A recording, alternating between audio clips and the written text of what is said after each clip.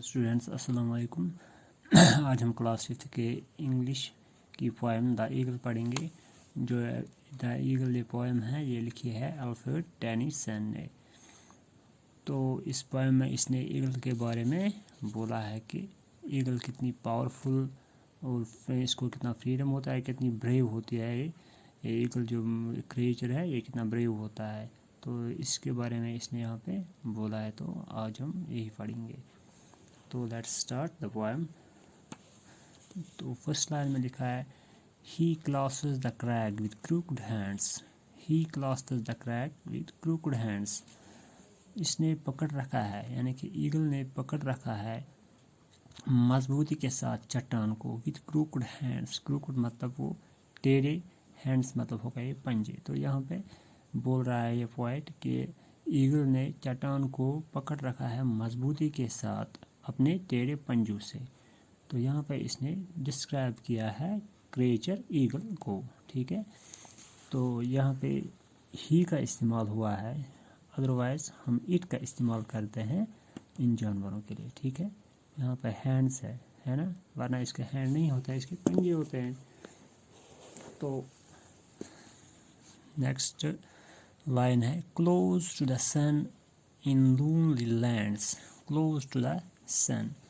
जो ये ईगल है ये बहुत ऊंचा आसमान में ये उड़ रहा है, यानी कि इसकी हाइट जो है ये बहुत ऊंचाई पे इस वक्त उड़ रहा है।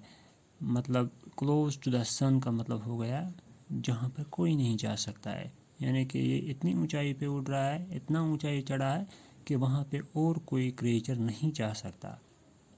इसका मतलब यही है close to the sun. Otherwise sun के नज़दीक कोई नहीं जा सकता है, सन के करीब कोई नहीं जा सकता है। लेकिन यहाँ पे लिखा गया है close the sun in lonely lands, यानी कि ये बहुत ऊंचा आसमान में चढ़ा है। लोनली लैंड्स जहाँ कोई नहीं पहुँच रहा, ये अकेला वहाँ पे है, अकेला यहाँ वहाँ पे उड़ रहा है। कौन? ये ईगल, ठीक है।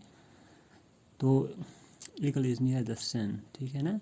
But it is impossible for human beings और any other creature to go there near the sun. मगर ईगल भी वहाँ नहीं गई है, लेकिन इसके कहने का मतलब है कि ये बहुत ऊंचा, यानी कि बहुत ऊपर चढ़ी है ये आसमान पे, ठीक है ना, उड़ रही है ये eagle. Ringed with the Azure world he stands. Ringed with the Azure world he stands. Azure का मतलब हो गया नीला, ब्लू कलर का, यानी कि इसके ऊपर नीला आसमान है। जो जहाँ पे ये खड़ा है वहाँ पे नीला आसमान है, ठीक है।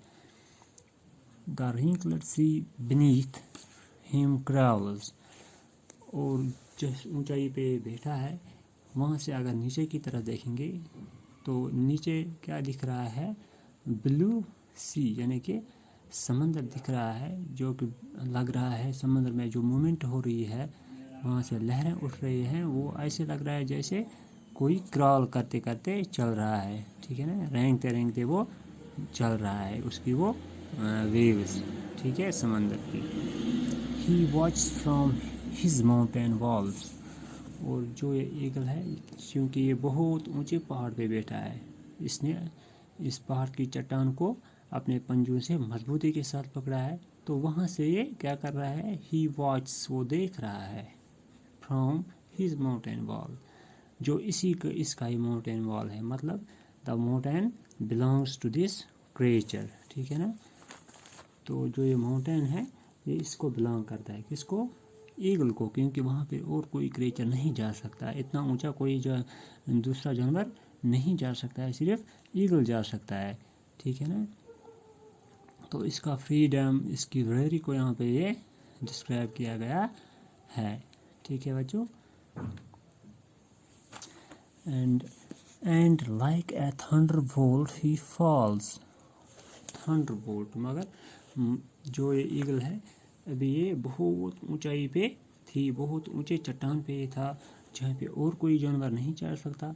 मगर अब क्या, अचानक से सडनली ही डिसाइड्स टू कम डाउन।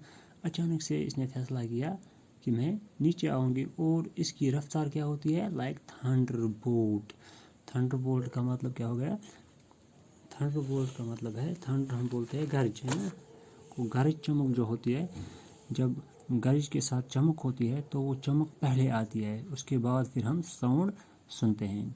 तो यहाँ पे हमें क्या बता रहा है कि इसी स्पीड से, यानी कि जो इस चमक की स्पीड होती है उसकी स्पीड कितनी होती है कि आसमान से यहाँ तक उसको कितना टाइम लगता है पहुँचने में, बहुत कम टाइम, मतलब उसकी बहुत ज़्यादा स्पीड होती है। उसी स्पीड से ये जो है ईगल ये नीचे आता है, वहाँ इतनी ऊंचाई से जल्द ये नीचे आता है। जब जो ही इसने डिसाइड किया कि मैं नीचे जाऊँगा तो ये इतनी तेज़ी से आया नीचे कि लाइक थंडरबोल्ट, इतनी इसकी स्पीड थी। तो यहाँ पे बताया गया है कि इसकी कितना ये तेज़ है, ठीक है ना, इसकी उड़ान कितनी तेज़ है। तो ये था ईगल के बारे में, जो कि अल्फ्रेड टेनिसन ने लिखी है ये पोएम। यहाँ पे इसने ईगल को डिस्क्राइब किया है, ठीक है ना, इसके पावर को, फ्रीडम को, इसकी ब्रेवरी को, जो कि दूसरे जानवर ऐसा नहीं कर सकते, सिर्फ ये अकेला ऐसा कर सकता है। ठीक है बच्चों, तो कल हम इसके क्वेश्चंस करेंगे। अल्लाह हाफ़िज़।